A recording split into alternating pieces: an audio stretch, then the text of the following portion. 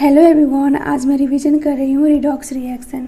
Transformation जो होता है मैटर का वन फॉर्म से अनदर फॉर्म में, इसमें इन्वॉल्व रहता है केमिकल रिएक्शन। मतलब कि बहुत टाइप का रिएक्शन इन्वॉल्व रहता है, उसमें से एक रिएक्शन है रिडॉक्स रिएक्शन। रिडॉक्स रिएक्शन का एक्सटेंसिव यूज़ होता है pharmaceutical, biological, industrial, metallurgical and agriculture area में। ओजोन होल हाइड्रोजन इकोनॉमी जो आता है ये रिडॉक्स फिनोमिना के ही अंडर आता है। एनसीईआरटी में नेक्स्ट हेडिंग दिया गया classical idea of redox reaction. मतलब कि यहाँ पे ऑक्सीडेशन एंड रिडक्शन रिएक्शन के बारे में समझाया गया है। हाइड्रोजन ऑक्सीजन जो एटमॉस्फेयर में प्रेजेंट रहता है वो 20% प्रेजेंट रहता है, तो ये एलिमेंट से कंबाइन हो जाता है तो एलिमेंट ऑक्साइड के फॉर्म में पाया जाता है। तो एनसीईआरटी में एग्जांपल दिया गया है मैग्नीशियम से O2 कंबाइन होता है तो MgO का फॉर्मेशन होता है। नेक्स्ट है H2S से ऑक्सीजन कंबाइन होता है तो S+H2O का फॉर्मेशन होता है। ये डी ब्लॉक का एलिमेंट है तो इसमें ऑक्सीडेशन नंबर निकालना बहुत ही सिंपल है, इसको नेक्स्ट पेज पे बताती हूँ। तो देखो रिएक्शन दिया गया है K4FeCN6 एंड इसको रिएक्ट करवाया गया है H2O2 एक्वस। प्रोडक्ट का जो फॉर्मेशन हुआ है वो हुआ है K3FeCN6 aqueous plus KOH aqueous. जब हम इसको बैलेंस करेंगे तो इधर 2 आ जाएगा, इधर 2 आ जाएगा, इधर 2 आ जाएगा। तो अब अगर हमें इसमें पता करना है कि इसमें ऑक्सीडेशन होगा या फिर रिडक्शन होगा तो यहाँ पे हमें ऑक्सीडेशन नंबर फाइंड करना पड़ेगा। तो इसके लिए मोहित दादी सर एक बहुत अच्छा ट्रिक बताए थे। जैसे कि ये डी ब्लॉक का एलिमेंट है तो मैं लिखती हूँ शक्ति विक्रम फेंको नी कूद जाओ। इसको लिखो 21, 22, 23, 24, 25, 26, 27, 28, 29, 30। ये सब एटॉमिक नंबर है इसका एंड ये सबको +2 के फॉर्म में ले लो, +2 के फॉर्म में। एंड यहाँ पे लिखो 1, 2, 3, 4, 5, 6, 7, 8, 9, 10। इस पे कोऑर्डिनेशन कंपाउंड का मैक्सिमम क्वेश्चन सॉल्व हो जाता है एंड यहाँ पे भी यही रूल अप्लाई करके ऑक्सीडेशन नंबर निकालेंगे। देखो FeCN6 जो है इसमें हमें ऑक्सीडेशन नंबर फाइंड करना है। इधर K4 है तो ये जो K4 है तो यहाँ पे -4 हो जाएगा एंड ये CN6 जो होगा, एक CN का -1 होता है तो 6 का हो जाएगा -6, बट यहाँ पे +6 हो जाएगा। अब इसको और इसको माइनस करेंगे तो ये हो जाएगा 6 - 4 2 हो जाएगा। तो यही 2 जो हो जाएगा आयरन का ऑक्सीडेशन नंबर होगा, तो यहाँ पे +2 होगा। एंड अब हमें निकालना है K3FeCN6 के लिए। तो यहाँ पे ये 3 है तो इधर -3 हो जाएगा। एक के लिए -1 होता है तो 6 के लिए -6 हो जाएगा, बट यहाँ पे लिखेंगे तो ये +6 हो जाएगा। अब +6 से -3 करेंगे तो यहाँ पे आ जाएगा +3, क्योंकि 6 में से -3 हो जाएगा तो 3 बचेगा। तो यहाँ पे ऑक्सीडेशन स्टेट जो आयरन का आ गया वो +3 आ गया, मतलब कि +2 से +3 में आ रहा है तो यहाँ पे ऑक्सीडेशन हो रहा है। तो वही यहाँ पे दिया गया है कि ये +2 से +3 में आ रहा है तो यहाँ पे ऑक्सीडेशन हो रहा है। नेक्स्ट है ऑक्सीडेशन। तो ऑक्सीडेशन में सिंपल हम ऐड करते हैं O2 को एंड इलेक्ट्रोनेगेटिव एलिमेंट को रिएक्शन में, तो वो ऑक्सीडेशन होता है। इसको एग्जांपल की हेल्प से समझते हैं। ऑक्सीडेशन का फर्स्ट एग्जांपल ले तो ये CH4 + O2 को अगर हम रिएक्ट करवाएंगे तो यहाँ पे बनेगा CO2 + H2O। इसको बैलेंस वगैरह कर लेंगे। एंड नेक्स्ट एग्जांपल ले, जैसे कि Mg लेते हैं एंड Mg में कोई भी इलेक्ट्रोनेगेटिव एलिमेंट को ऐड कर देंगे तो ये ऑक्सीडेशन होगा। इलेक्ट्रोनेगेटिव एलिमेंट में देखें तो फ्लोरीन, क्लोरीन, ब्रोमीन।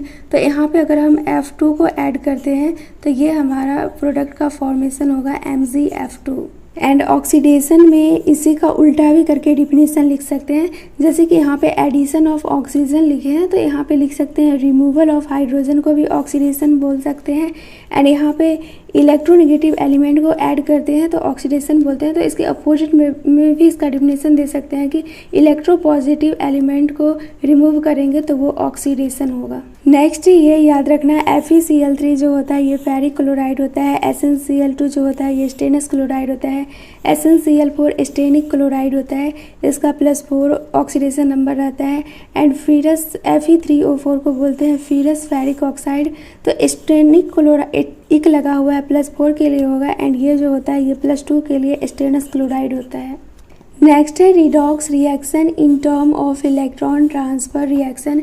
इसका सिंपल मीनिंग ये है कि हमें oxidising agent and reducing agent के बारे में पता रहना चाहिए। देखो जहाँ पे ऑक्सीडाइजिंग एजेंट आता है एंड रिड्यूसिंग एजेंट आता है, तो ऑक्सीडाइजिंग एजेंट के लिए सिंपल याद रखो रिडक्शन, उसका अपोजिट वे में याद रखो। रिड्यूसिंग एजेंट है तो इसका सिंपल याद रखो ऑक्सीडेशन। नेक्स्ट है कॉम्पिटेटिव इलेक्ट्रॉन ट्रांसफ़र रिएक्शन। तो यहाँ पे ये रिएक्शन दिया गया तो इसके लिए हमें रिएक्टिविटी सीरीज़ याद रहना चाहिए, मतलब कि जो इलेक्ट्रोकेमिकल सीरीज़ है, इलेक्ट्रोकेमिकल सीरीज़ मैं याद करवाई थी। देखो रिएक्शन दिया गया है Zn solid plus Cu+2 aqueous, and ये दोनों रिएक्ट करता है तो फॉर्मेशन होता है Zn+2 aqueous and Cu solid का। ये रिएक्शन को समझने के लिए हमें पता रहना चाहिए इलेक्ट्रोकेमिकल सीरीज़, मतलब कि रिएक्टिविटी सीरीज़। तो एनसीईआरटी में 3 का ही दिया गया है, एक Zn का सबसे ज़्यादा बताया गया है रिएक्टिविटी, फिर Cu का ज़्यादा बताया गया है, फिर Ag का बताया गया है। तो इसके लिए मैं बताई थी लीवर पेशेंट वाला, यहाँ पे सिंपल ये वाला से भी काम चला सकते हो। कल्लू नाथ का माली आलू ज़रा फीका पकाता है CuAgAu। तो यहाँ पे देख सकते हैं CuAg एंड यहाँ पे Zn। तो Zn का सबसे ज़्यादा है, फिर Cu का है, फिर Ag का है रिएक्टिविटी। तो जो सबसे ज़्यादा पावरफुल रहेगा वो डिस्प्लेस कर देगा अदर एलिमेंट को। तो यहाँ पे Zn जो है ये ज़्यादा पावरफुल है तो ये Cu को डिस्प्लेस कर देगा। तो यहाँ पे एक कंटेनर लिया गया था, यहाँ पे एक रॉड रखा गया था Zn का, एंड इसके अंदर सॉल्यूशन था Cu+2 का, मतलब कि कॉपर नाइट्रेट का सॉल्यूशन था इसमें। तो Zn ज़्यादा पावरफुल है तो क्या करेगा कि Zn+2 इस सॉल्यूशन में आने लगेगा Zn+2 बन के, एंड ये जो Cu है ये रोड पे डिपॉजिट होते जाएगा। एंड CuNO2 का जो होता है कॉपर नाइट्रेट का, इसका जो कलर होता है ब्लू होता है। अब धीरे धीरे क्या होता है कि ये देखो ये रॉड है तो इससे Zn+2 सॉल्यूशन में आ रहा है, एंड इधर से जो Cu है ये इस पर डिपॉजिट हो जा रहा है। तो सॉल्यूशन से Cu डिक्रीज़ हो रहा है तो क्या होगा कि ये जो सॉल्यूशन ब्लू कलर का था वो अब डिस्कलर हो जाएगा। तो रिएक्शन में भी देख सकते हैं ये Zn का एक रॉड है एंड इसको डालते हैं कॉपर नाइट्रेट सॉल्यूशन में, तो Zn सॉल्यूशन के अंदर आ जाता है Zn+2 के फॉर्म में, एंड Cu जो है वो डिपॉजिट हो जाता है। जब डिपॉजिट होगा तो वो सॉलिड हो जाएगा। तो यहाँ पे इस टाइप से दिया गया है। एंड फिर एनसीईआरटी में दिया गया है कि ये जो रॉड से Zn+2 सॉल्यूशन में आया है, जब ये Zn+2 को हम रिएक्ट करवाएंगे हाइड्रोजन सल्फाइड गैस से तो फॉर्मेशन हो जाएगा Zn+H2 का, एंड ये जो Zn+ होता है ये वाइट होता है। तो वही यहाँ पे दिया गया है, ये Zn सॉलिड रोड है एंड ये कॉपर नाइट्रेट का सॉल्यूशन लिया गया था। तो फॉर्मेशन हुआ है प्रोडक्ट में Zn+2 का एंड Cu सॉलिड का। यहाँ पे स्टेप वाइज मैं सारा लिख दी हूँ। पहले Zn रोड को डालते हैं कॉपर नाइट्रेट सॉल्यूशन में। कॉपर नाइट्रेट सॉल्यूशन होता है CuNO2 एंड ये ब्लू कलर का होता है।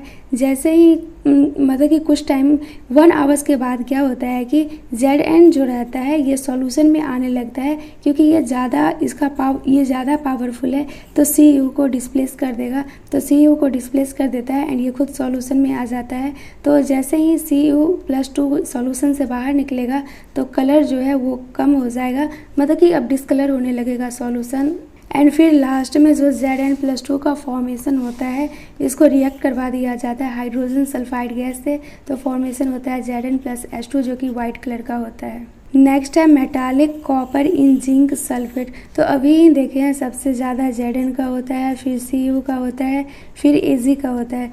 जब मेटालिक कॉपर को इस सॉल्यूशन में डालेंगे, जिंक सल्फेट सॉल्यूशन में डालेंगे, तो कॉपर जो है ये इसका लेस पावर है कंपेयर टू Zn से। यहाँ पे देख सकते हैं Zn ज़्यादा पावरफुल है एंड कॉपर कम पावरफुल है, तो यहाँ पे रिएक्शन ही नहीं होगा। फिर NCERT में एक थर्ड रिएक्शन दिया गया है, उसमें जो कॉपर रोड है, मतलब कि ये जो रहा कॉपर रोड है, इसको डिप किया गया है सिल्वर नाइट्रेट सॉल्यूशन में। AgNO3 का जो सॉल्यूशन है उसमें डिप किया गया है। तो अब हम रिएक्टिविटी सीरीज देखें तो Zn का सबसे ज़्यादा होता है, फिर Cu का होता है एंड फिर Ag का होता है। तो यहाँ पे Cu ज़्यादा पावरफुल है Ag से, तो Cu डिस्प्लेस कर देगा Ag को। तो अब जो रिएक्शन होगा यहाँ पे ये रोड जो है यहाँ से Cu+2 जो है ये सॉल्यूशन के अंदर आने लगेगा एंड Ag जो है ये इस पे डिपॉजिट होने लगेगा। तो मतलब कि Cu सॉल्यूशन का जो कलर होता है वो ब्लू कलर का होता है। तो अब ये सॉल्यूशन जो होगा ये ब्लू कलर का होने लगेगा। इनिशियल स्टेज में जो सॉल्यूशन था ये वाइट कलर का था।